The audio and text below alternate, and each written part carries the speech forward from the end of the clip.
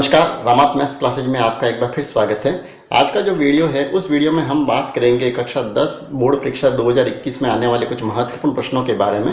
ये प्रश्न ऐसे प्रश्न है जो मैं ये दावा नहीं करता कि यूं के यूं सारे के सारे ही आपके प्रश्न पत्र में दिखाई देंगे, लेकिन अधिकांश प्रश्न जो है इसमें से आपको उस प्रश्न पत्र में दिखाई दे सकते हैं जिनको आप अभ्यास करेंगे तो आपके बहुत ही अच्छे नंबर आ सकते हैं। और हो सकता है कि बिल्कुल यही प्रश्न ना आए तो इसी से संबंधित, क्योंकि मैथ्स एक ऐसा विषय है जिसमें बिल्कुल हूबहू प्रश्न नहीं आते हैं, जहाँ संख्याओं को बदलकर भी प्रश्न दिए जाते हैं। तो आपके ये प्रश्न बहुत ही अधिक महत्वपूर्ण प्रश्न है जो आपके बहुत ही अधिक उपयोगी होंगे और जिनसे आप कम से कम 80 में से 70 या 75 नंबर आसानी के साथ प्राप्त कर सकते हैं। तो एक बात और कहूँगा कि ये जो प्रश्न है, इन प्रश्नों को नोट करने के लिए आप साथ में कॉपी और पेन जरूर रखें, ताकि आप साथ ही साथ उसको नोट भी करते जाएं। बहुत ही धीरे धीरे मैं सारे ही प्रश्न आपको नोट करवाऊंगा, साथ ही प्रश्न पढ़ के भी बताऊंगा और आपको वो प्रश्नावली भी बताऊंगा कि ये किस प्रश्नावली में से जो है महत्वपूर्ण प्रश्न है और कौन सा प्रश्न है।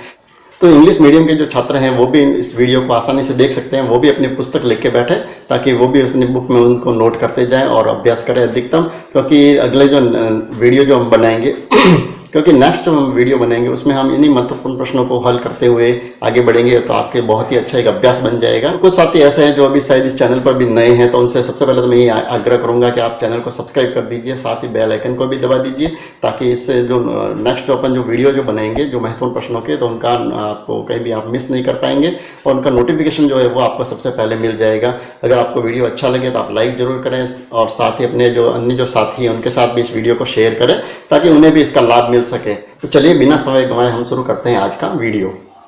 चलिए तो बात करते हैं सबसे पहले अध्याय 1 वैदिक गणित की। इसके अंतर्गत पहला जो महत्वपूर्ण प्रश्न है वो है प्रश्नावली 1.1 का 7वां प्रश्न। प्रश्न ये है कि सूत्र निखिलम से हमें 54 गुणा 56 का गुणा करना है। ठीक है, इसी तरह दूसरा जो प्रश्न है वो भी इसी प्रश्नावली का है, प्रश्नावली 1.1, इसका 11वां प्रश्न है। उस प्रश्न में ये दिया हुआ है कि हमें ऊर्ध्व तिर्यक सूत्र से 362 और 143 का गुणा करना है। तीसरा जो प्रश्न है वो भी इसी प्रश्नावली का जो महत्वपूर्ण प्रश्न है वो मुझे जो दिखाई दे रहा है वो है प्रश्न संख्या 14। उसमें हमें निखिलम सूत्र से 3994 में 97 का भाग देना है। चौथा जो प्रश्न है वो भी इसी प्रश्नावली का है, 1.1 का चौथा प्रश्न है। उसमें हमें ध्वजांक विधि से 58,764 में 59 का भाग देना है। उसके बाद में पांचवा जो प्रश्न है वो है प्रश्नावली 1.2 का 17वां प्रश्न। उसमें हमें द्वंद्व योग द्वारा 362 का वर्ग ज्ञात करना है। छठा जो प्रश्न है वो है प्रश्नावली 1.2 का 23वां प्रश्न। उसमें हमें सूत्र निखिलम द्वारा 27 का घनफल ज्ञात करना है। और अंतिम जो प्रश्न वैदिक गणित का जो मोस्ट मुझे जो दिख रहा है वो प्रश्न है प्रश्नावली 1.3 का 5वां प्रश्न। उसमें हमें वैदिक विधि द्वारा 1,25,316 का वर्गमूल ज्ञात करना है। तो ये कुछ प्रश्न है जो अध्याय 1 से बहुत ही महत्वपूर्ण है, इनको आप बहुत ही अच्छे से अभ्यास कीजिए। उसके बाद हम आगे बढ़ते हैं अध्याय 2 की तरफ। तो अध्याय 2 जो है वो इस बार सिलेबस से हटा दिया गया है, तो वो आपके प्रश्न से कोई प्रश्न नहीं आएंगे। तो हम सीधे ही बात करते हैं अध्याय 3 की। अध्याय 3 जो है वह है बहुपद, और उसका पहला जो प्रश्न है वो है प्रश्नावली 3.1 का पहले का छठा प्रश्न। उसमें हमें 3x² -x -4 के शून्य ज्ञात करने हैं तथा गुणांकों के बीच संबंध की सत्यता की जांच करनी है। उसके बाद में अगला जो प्रश्न है दूसरा, उसमें हमें ये प्रश्न जो है वो है 3.1 का दूसरा प्रश्न।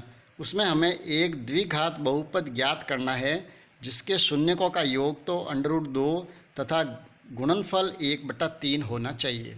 ठीक है, उसके बाद में तीसरा जो प्रश्न है इसका वो प्रश्न है प्रश्नावली 3.1 का तीसरा प्रश्न।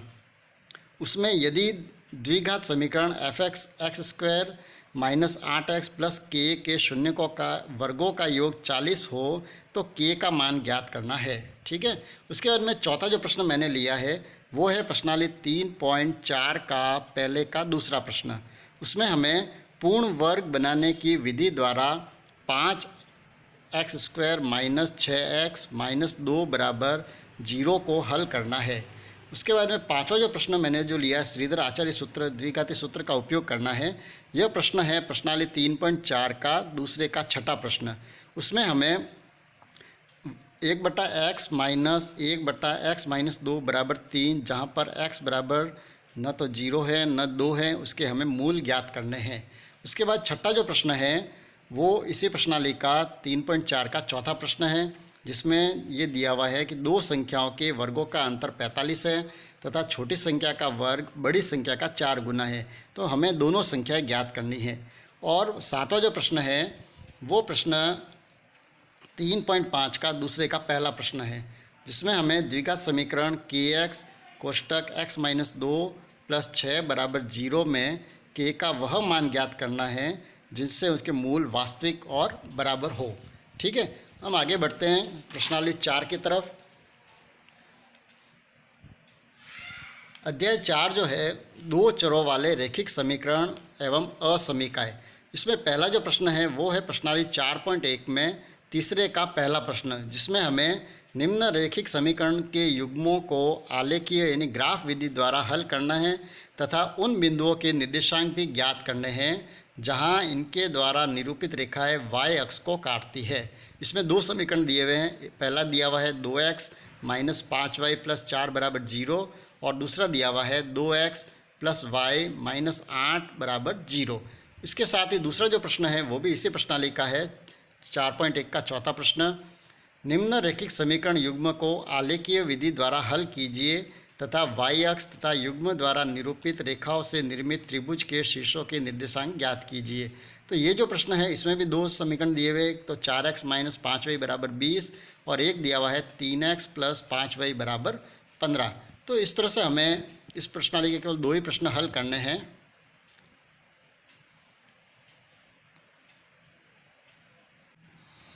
चलिए आगे बढ़ते हैं प्रश्नावली अध्याय 5 की तरफ, जो है समांतर श्रेणी।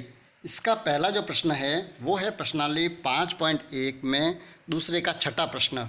यदि एक समांतर श्रेणी के लिए प्रथम पद a = -1.25 तथा सार्वअंतर d = -0.25 है तो उस श्रेणी के प्रथम 4 पद लिखने हैं।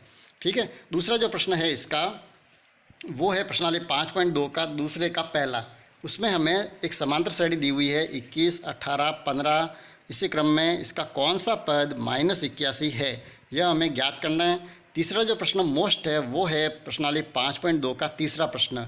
यदि एक समांतर श्रेणी का छठा पद तथा 17वां पद क्रमशः 19 तथा 41 है तो 40वां पद हमें ज्ञात करना है।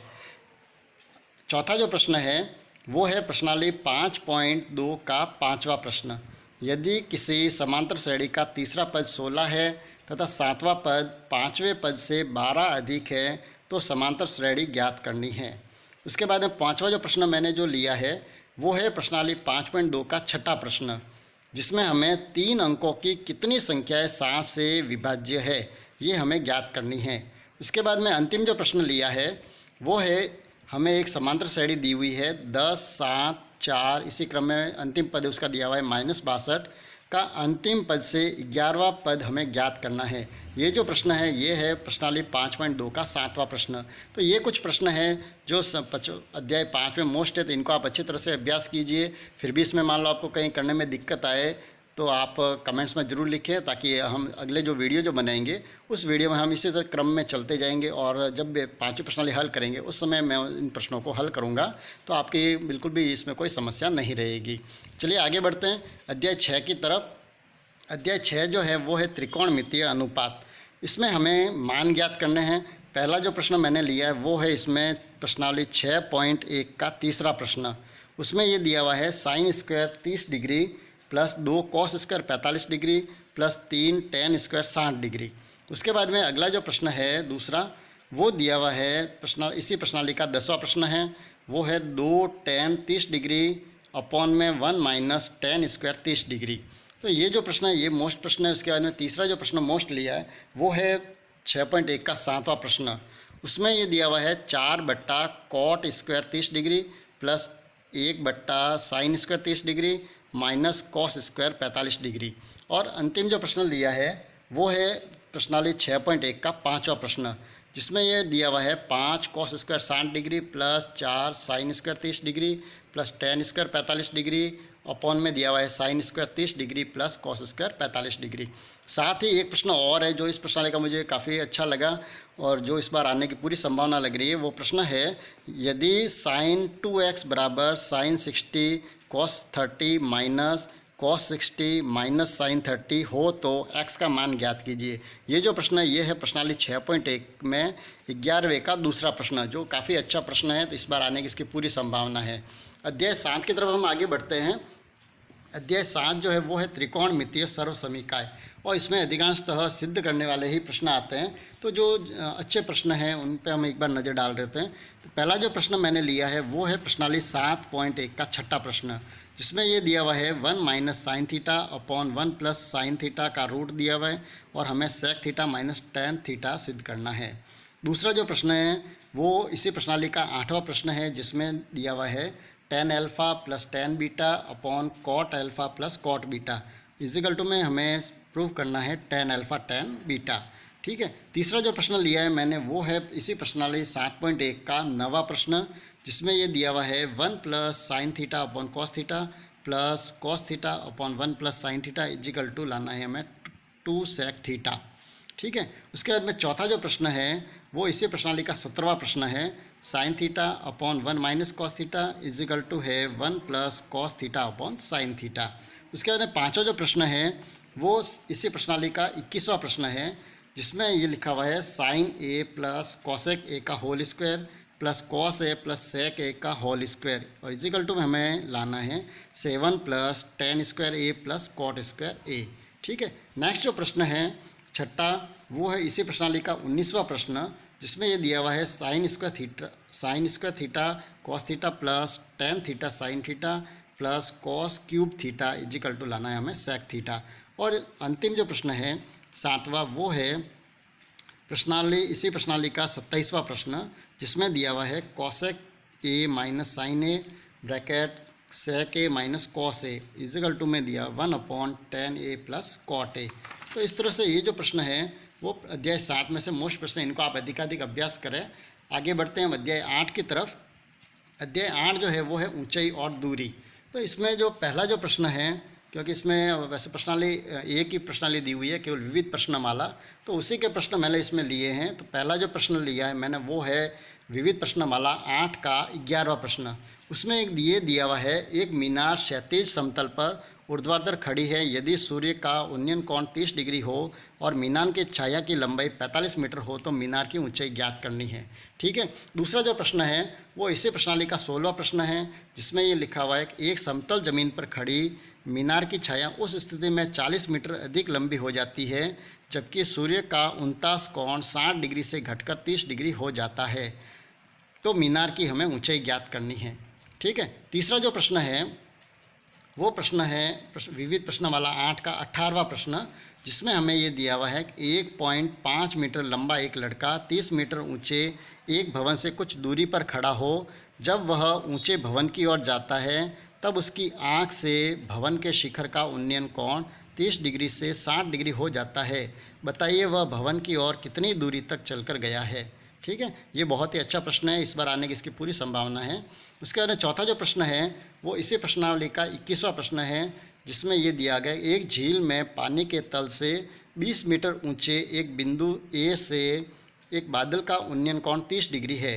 यदि झील में बादल के प्रतिबिंब का बिंदु ए से अवनमन कोण 60 डिग्री हो तो बिंदु ए से बादल की दूरी ज्ञात कीजिए। और अंतिम जो प्रश्न है इसी प्रश्नावली का वो है प्रश्न संख्या 26। उसमें ये दिया हुआ है कि मीनार के आधार से और एक सरल रेखा में 4 मीटर तथा 9 मीटर की दूरी पर स्थित दो बिंदुओं से मीनार के शिखर के उन्नयन कोण पूरक कोण है। पूरक कोण से तात्पर्य है दो कोणों का योग कितना होना चाहिए 90 डिग्री। तो हमें ये सिद्ध करना है कि मीनार की ऊंचाई कितनी है 6 मीटर है, ये हमें प्रूफ करना है। तो ये कुछ अच्छे प्रश्न थे अध्याय 8 से। इसी क्रम में आगे बढ़ते हैं अब हम अध्याय 9 की तरफ। अध्याय 9 जो है उसमें निर्देशांक ज्यामिति है। उसमें पहला जो प्रश्न है वो प्रश्न है 9.1 में छठे का पहला प्रश्न, जिसमें हमें दो बिंदु दिए हुए हैं -6 7 और -1 -5, इनके मध्य की दूरी ज्ञात करनी है। दूसरा जो प्रश्न है उसमें हमें सिद्ध करना है कि बिंदु 1 -2 3 0 1 2 और -1 0 एक वर्ग के शीर्ष है। ये जो प्रश्न है ये 9.1 का 8वां प्रश्न है। तीसरा जो प्रश्न है इसमें वो है, सिद्ध कीजिए कि बिंदु a -a और -√3a एक समबाहु त्रिभुज के शीर्ष है। ये भी एक बहुत ही अच्छा प्रश्न है जो प्रश्नावली 9.1 का 9वां प्रश्न है। चौथा जो प्रश्न है वो है प्रश्नावली 9.1 का 11वां प्रश्न। उसमें ये दिया हुआ है, x अक्ष पर वह बिंदु ज्ञात कीजिए जो बिंदुओं -2 -5 और 2 -3 से समान दूरी पर स्थित है। ठीक है। अगला जो प्रश्न है वो इसी प्रश्नावली का 13वां प्रश्न है, जिसमें यदि बिंदुओं 3 k और k 5 से बिंदु 0 2 की दूरियां बराबर हो तो k का मान ज्ञात करना है। और अंतिम जो प्रश्न है वो है प्रश्नावली 9.1 का 14वां प्रश्न, जिसे मैंने छठे प्रश्न के रूप में यहाँ लिखा है। तो यदि p और q के निर्देशांक क्रमशः a cos theta, b sin theta और -a sin theta, b cos theta हो तो सिद्ध कीजिए कि OP² plus OQ² is equal to a² plus b², जहाँ पर o जो है वो मूल बिंदु है। तो ये कुछ प्रश्न है जो अध्याय 9 में से अच्छे प्रश्न हैं। आगे बढ़ते हैं इसी क्रम में और अब अध्याय 10 की तरफ बढ़ते हैं, बिंदु पथ। बिंदु पथ में पहला जो प्रश्न मैंने लिया है वो है प्रश्नावली 10.1 का दूसरा प्रश्न। इसमें ये लिखा हुआ है कि एक चतुर्भुज के विकर्ण एक दूसरे को समद्विभाजित करते हैं तो सिद्ध कीजिए कि यह चतुर्भुज समांतर चतुर्भुज है। इसी क्रम में दूसरा जो प्रश्न है वो है इसी प्रश्नावली का 7वां प्रश्न, जिसमें ये दिया हुआ है कि दिए गई आकृति में उपनिष्ठ आधार QR पर एक ही और 2 समद्विबाहु त्रिभुज PQR और SQR स्थित है। तो हमें ये सिद्ध करना है कि SP रेखा QR की लंब अर्धक है। ये जो प्रश्न है ये है प्रश्नावली 10.1 का 7वां प्रश्न। अब आगे बढ़ते हैं प्रश्न तीसरे की तरफ। तीसरा जो प्रश्न है वो इसी प्रश्नावली का 8वां प्रश्न है, जिसमें एक आकृति दी हुई है और उस आकृति में कोण P का अर्धक PS भुजा QR को S बिंदु पर प्रतिच्छेद करता है और SN जो है वो PQ पे लंब है और SM जो है वो PR पर लंब खींचे है। तो हमें ये सिद्ध करना है कि SN और SM दोनों बराबर है। ठीक है। आगे बढ़ते हैं अध्याय 11 की तरफ, जो है समरूपता। इसमें जो पहला जो प्रश्न है वो है प्रश्नावली 11.2 में पहले का तीसरा प्रश्न, जिसमें ये दिया हुआ है कि त्रिभुज ABC की भुजाएं AB व AC पर क्रमशः D व E बिंदु इस प्रकार स्थित हैं कि DE BC के समांतर है। तो हमें AD/DB बराबर 7/4 दिया हुआ है और AE बराबर 6.3 सेमी दिया हुआ है। तो हमें AC का मान ज्ञात करना है। दूसरा जो प्रश्न है वो इसी प्रश्नावली का 5वां प्रश्न है, जिसमें आकृति दी हुई है और DE जो है BC के समांतर है और CD जो है वो EF के समांतर है। तो हमें ये सिद्ध करना है कि AD² बराबर AB गुणा AF, ये हमें प्रूफ करना है। तीसरा जो प्रश्न है इसका वो है प्रश्नावली 11.2 का 9वां प्रश्न। इसमें ये दिया हुआ है ABCD एक समलंब चतुर्भुज है जिसकी AB जो है DC के समांतर है तथा जिसके विकर्ण O पर प्रतिच्छेद करते हैं। तो हमें ये दर्शाना है कि AO/BO बराबर CO/DO। और चौथा जो प्रश्न है इसका, उसमें भी एक आकृति दी हुई है जिसमें PQ और RS समांतर है और हमें सिद्ध करना है कि O त्रिभुज POQ समरूप है त्रिभुज SOR के। ये प्रश्न जो है ये है 11.3 का 9वां प्रश्न। ठीक है। उसके बाद में एक अंतिम प्रश्न एक और है, जिसमें हमें ये सिद्ध करना है कि किसी त्रिभुज की तीनों भुजाओं के मध्य बिंदुओं को क्रमशः मिलाने पर बनने वाले चारों त्रिभुज अपने मूल त्रिभुज के समरूप होते हैं। ये जो प्रश्न ये है 11.3 का 13वां प्रश्न, जो ये इस बार आने की पूरी संभावना है। आगे बढ़ते हैं अध्याय 12 की तरफ। अध्याय 12 जो है वो है वृत्त। इसमें हमें पहला जो प्रश्न है वो है प्रश्नावली 12.2 का दूसरा प्रश्न। प्रश्न ये दिया हुआ है कि यदि वृत्त की त्रिज्या 13 सेमी है और उसकी एक जीवा की लंबाई 10 सेमी हो तो इस जीवा की वृत्त के केंद्र से दूरी ज्ञात कीजिए। दूसरा जो प्रश्न है वो भी इसी प्रश्नावली का 7वां प्रश्न है, जिसमें ये दिया हुआ है AB और CD वृत्त की दो जीवाएं इस प्रकार हैं कि AB बराबर 10 सेमी, CD बराबर 24 सेमी और AB जो है समांतर है CD के। AB और CD के बीच की दूरी 17 सेमी दी हुई है और हमें वृत्त की त्रिज्या ज्ञात करनी है। ठीक है। तीसरा जो प्रश्न है वो 12.2 का 10वां प्रश्न है। यदि एक वृत्त की दो समान जीवाएं एक दूसरे को प्रतिच्छेद करती हैं तो सिद्ध कीजिए कि एक जीवा के क्रमित भाग क्रमशः दूसरी जीवा के संगत भागों के बराबर होते हैं। उसके बाद में चौथा जो प्रश्न है वो 12.3 का 7वां प्रश्न है। इसमें हमें किसी वृत्त की एक जीवा उसकी त्रिज्या के बराबर है। इस जीवा द्वारा दीर्घ वृत्तखंड में किसी बिंदु पर अंतरित कोण ज्ञात करना है। 5वां जो प्रश्न है उसमें हमें एक आकृति दी हुई है और उस आकृति में हमें कोण ACB 40 डिग्री दिया हुआ है और हमें कोण OAB ज्ञात करना है। और अंतिम जो प्रश्न है छठा, वो 12.3 से पहले जो एक एग्जाम्पल दिया हुआ है, उदाहरण जो है 7वां, वो मैंने लिया है। वैसे मैं उदाहरणों के लिए अलग अलग से वीडियो बनाऊंगा, कौन कौन से जो आपके एग्जाम्पल है इस बुक में वो आपके ज़्यादा मोस्ट है। इस प्रश्न पे मेरी नज़र पड़ गई तो मैंने इसको इसी में शामिल कर लिया। तो ये जो प्रश्न है इसमें एक आकृति दी हुई है और इसमें हमें x का मान ज्ञात करना है। चलिए आगे बढ़ते हैं अध्याय 13 की तरफ। 13वां जो अध्याय है वृत्त एवं स्पर्श रेखा, उसमें पहला जो प्रश्न है वो है प्रश्नावली 13.1 का तीसरा प्रश्न, जिसमें 2 सकेंद्रीय वृत्तों की त्रिज्या 5 सेमी और 3 सेमी दी हुई है और बड़े वृत्त की उस जीवा की लंबाई ज्ञात करनी है जो छोटे वृत्त को स्पर्श करती है। उसके बाद में दूसरा जो प्रश्न है वो 13.1 का 5वां प्रश्न है। एक O केंद्र वाला वृत्त चतुर्भुज ABCD की चारों भुजाओं को अंतः स्पर्श इस प्रकार करता है, यदि AB को स्पर्श बिंदु 3:1 भागों में विभाजित करें तथा AB 8 सेमी हो तो वृत्त की त्रिज्या ज्ञात करनी है, जबकि OA बराबर 10 सेमी दी हुई है। ठीक है, तो तीसरा जो प्रश्न है इसका वो इसी प्रश्नावली का 7वां प्रश्न है, जिसमें एक आकृति दी हुई है और हमें ये दिया हुआ है वृत्त का केंद्र O है और बाह्य बिंदु P से उस पर स्पर्श रेखा खींची हुई है PA और PB, जो इस वृत्त को क्रमशः A और B पर स्पर्श करती है। तो हमें ये सिद्ध करना है कि OP रेखाखंड AB का समद्वि भाजक है। ठीक है, ये 3 प्रश्न हैं जो इस 13वें अध्याय में से ज़्यादा महत्वपूर्ण है। अब आगे बढ़ते हैं अध्याय 14 की तरफ, जो है रचनाएं। उसमें हमें पहला जो प्रश्न है वो है प्रश्नावली 14.1 का पहला प्रश्न, जिसमें ये दिया हुआ है 6.7 सेमी लंबाई के एक रेखाखंड को 2:3 में विभाजित कीजिए। दूसरा जो प्रश्न है वो इसी प्रश्नावली का तीसरा प्रश्न है, जिसमें एक लिखा हुआ है कि एक 2.8 सेमी के वृत्त की रचना कर उस पर स्थित बिंदु P पर एक स्पर्श रेखा की रचना करनी है। ठीक है, और तीसरा जो प्रश्न है इसका वो है इसी प्रश्नावली 14.1 का 7वां प्रश्न, जिसमें ये दिया हुआ है किसी बिंदु O पर 2.4 सेमी त्रिज्या लेकर वृत्त बनाइए।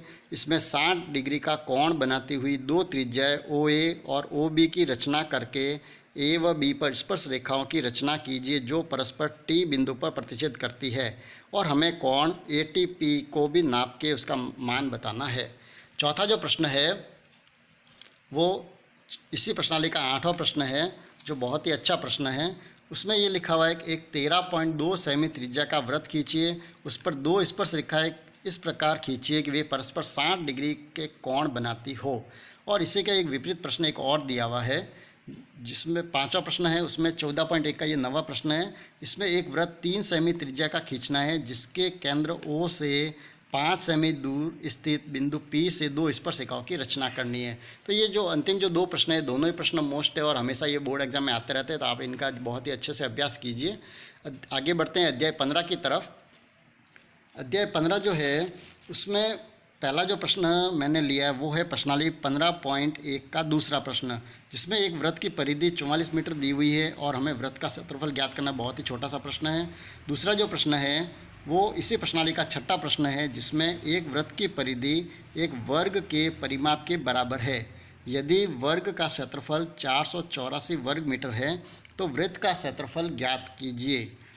इसके बाद में तीसरा जो प्रश्न है उसमें हमें 15.1 का 7वां प्रश्न है। इसमें हमें एक वृत्ताकार खेत पर 24 रुपये प्रति मीटर की दर से बाड़ लगाने का व्यय 5280 रुपये दिए हुए। इस क्षेत्र की 0.50 रुपये प्रति वर्ग मीटर की दर से जुताई कराई जानी है, तो खेत की जुताई कराने का व्यय ज्ञात करना है। ये जो प्रश्न है ये है 15.1 का 7वां प्रश्न। और उसके बाद में एक प्रश्न और है जो बहुत ही अच्छा प्रश्न है, वो इसी प्रश्नावली का 8वां प्रश्न है, जिसमें एक वृत्ताकार घास के मैदान की त्रिज्या दी हुई है 35 मीटर और इसके चारों ओर 60 मीटर चौड़ा मार्ग बना हुआ है, तो हमें मार्ग का क्षेत्रफल ज्ञात करना है। ठीक है, इसी क्रम में आगे बढ़ते हैं और हम अध्याय 16 की तरफ बढ़ते हैं, जो है हमारा पृष्ठीय क्षेत्रफल एवं आयतन। तो इसका पहला जो प्रश्न मैंने लिया वो है प्रश्नावली 16.1 का तीसरा प्रश्न। इसमें ये दिया हुआ है कि एक संदूक की माप दी हुई है 50 सेमी गुणा 36 सेमी गुणा 25 सेमी है।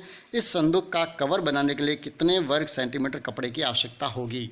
दूसरा जो प्रश्न है वो इसी प्रश्नावली का 5वां प्रश्न है, जिसमें बगैर ढक्कन का एक बक्सा 3 सेंटीमीटर मोटी लकड़ी का बना हुआ है। इसकी बाहरी लंबाई 146 सेमी, चौड़ाई 116 सेमी और ऊंचाई 83 सेमी दी हुई है। इसके अंदर की ओर पेंट कराने का खर्च ज्ञात करना है और पेंट की दर जो है वो 2 रुपये प्रति 1000 वर्ग सेंटीमीटर दी हुई है। ठीक है। तीसरा जो प्रश्न है वो इसी प्रश्नावली का 7वां प्रश्न है, जिसमें 6 मीटर भुजा के वर्गाकार फर्श के कमरे में 180 घन मीटर हवा है, तो हमें कमरे की ऊंचाई ज्ञात करनी है।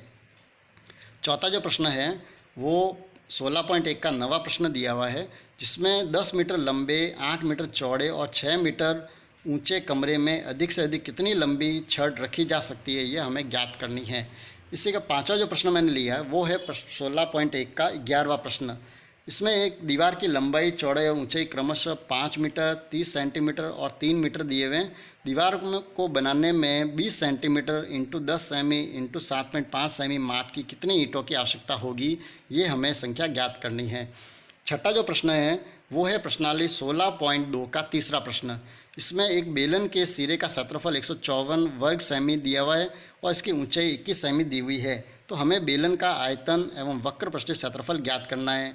इसके बाद में 7वां जो प्रश्न है वो है 16.2 का 8वां प्रश्न, जिसमें एक बेलन का आयतन और वक्र पृष्ठीय क्षेत्रफल दोनों दिए हुए हैं, जो क्रमशः 1650 घन सेमी और 660 वर्ग सेमी दिए हुए हैं, तो हमें इस बेलन की त्रिज्या और ऊंचाई ज्ञात करनी है। बहुत ही अच्छा प्रश्न है ये भी।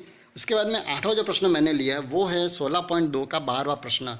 यह एक खोखले बेलन की मोटाई 2 सेंटीमीटर दी हुई है, इसका भीतरी व्यास 14 सेमी और ऊंचाई 26 सेमी है। बेलन के दोनों सिरे खुले हुए हैं, तो खोखले बेलन का संपूर्ण पृष्ठीय क्षेत्रफल ज्ञात करना है। उसके बाद में 9वां जो प्रश्न लिया है मैंने वो है प्रश्नावली 16.4 का चौथा प्रश्न। इसमें हमें एक गोले का आयतन दिया हुआ है 38,808 घन सेमी और इस गोले का पृष्ठीय क्षेत्रफल ज्ञात करना है। और अंतिम जो प्रश्न है वो 16.4 का तीसरा प्रश्न है, जिसमें एक अर्ध गोले की त्रिज्या 4.5 सेमी दी हुई है और इसका पृष्ठीय क्षेत्रफल और आयतन हमें ज्ञात करना है। तो ये कुछ अच्छे प्रश्न हैं जिनको आप बार बार अभ्यास करें तो हो सकता है इनमें से कुछ प्रश्न आपके बोर्ड प्रश्न पत्र में जरूर दिखाई देंगे। उसके बाद आगे बढ़ते हैं अध्याय 17 की तरफ, जो है केंद्रीय प्रवृत्तियों के माप। इसमें पहला जो प्रश्न मैंने लिया वो है प्रश्नावली 17.1 का तीसरा प्रश्न, जिसमें यदि 3, 4, 8, 5, x 3, 2 और 1 अंकों का समांतर माध्य 4 दिया हुआ है, तो हमें x का मान ज्ञात करना है। इसी तरह दूसरा जो प्रश्न है वो है प्रश्नावली 17.3 का 5वां प्रश्न, जिसमें हमें बारंबारता बंटन का माध्य ज्ञात करना है। क्योंकि इस बार हमारे कोर्स में केवल माध्य और माध्यक 2 ही दिए हुए हैं, बहुलक वाले प्रश्न नहीं आएंगे, तो इनमें से एक प्रश्न जरूर आएगा, इसलिए हम इसको ज़्यादा फोकस कर रहे हैं। तो ये जो प्रश्न है इसको आप अच्छे से अभ्यास कीजिए। उसके बाद में तीसरा जो प्रश्न है उसमें कल्पित माध्य मानकर हमें एक बंटन का माध्य ज्ञात करना है, जिसमें कल्पित माध्य पहले से दिया हुआ है कि आपको 25 मानना है और वर्ग और उसकी बारंबारता दी हुई है। तो ये जो प्रश्नावली है ये 17.4 का 5वां प्रश्न है, जो बहुत ही अच्छा प्रश्न है और इस बार आने की इसकी पूरी संभावना है। उसके बाद में आगे चौथा जो प्रश्न है वो है प्रश्नावली 17.7 का पहला प्रश्न। इसमें 100 छात्रों के प्राप्तांक दिए हुए हैं सारणी के रूप में और हमें इनसे इनका माध्यक ज्ञात करना है, जहां पर प्राप्तांक भी दिए हुए हैं और छात्रों की संख्या भी दी हुई है। तो आप इसको भी अच्छे से देखें। अब अंतिम अध्याय की तरफ बढ़ते हैं हम। अध्याय 18 जो है प्रायिकता, बहुत ही छोटा सा अध्याय है, उसमें प्रश्न भी बहुत छोटे छोटे ही आते हैं। तो पहला जो इसका प्रश्न है वो है प्रश्नावली 18.1 का चौथा प्रश्न मैंने लिया है। उसमें एक सिक्के के लगातार 3 उछालों में एकांतरतः चित्त या पट आने की प्रायिकता ज्ञात कीजिए। दूसरा जो प्रश्न है वो 18.1 का छठा प्रश्न लिया है, जिसमें यदि PA बराबर 0.65 है तो A नहीं की प्रायिकता हमें ज्ञात करनी है। तीसरा जो प्रश्न है वो इसी प्रश्नावली का 9वां प्रश्न है, जिसमें एक थैले में 5 लाल और 3 सफ़ेद गेंद है। इस थैले में से एक गेंद यादृच्छा निकाली जाती है, तो इसकी क्या प्रायिकता है कि गेंद पहला सफ़ेद हो या सफ़ेद नहीं हो। 2 हमें प्रायिकता इसमें ज्ञात करनी है। चौथा जो प्रश्न है वो इसी प्रश्नावली का 10वां प्रश्न है, जिसमें ये लिखा हुआ है कि किसी कारण 12 खराब पेन 132 अच्छे पेनों में मिल गए हैं। केवल यह देखकर नहीं बताया जा सकता कि कोई पेन खराब है या अच्छा है। यदि एक पेन याद रक्षांक चुना जाता है तो इसके अच्छे होने की क्या प्रायिकता है, ये हमें ज्ञात करनी है।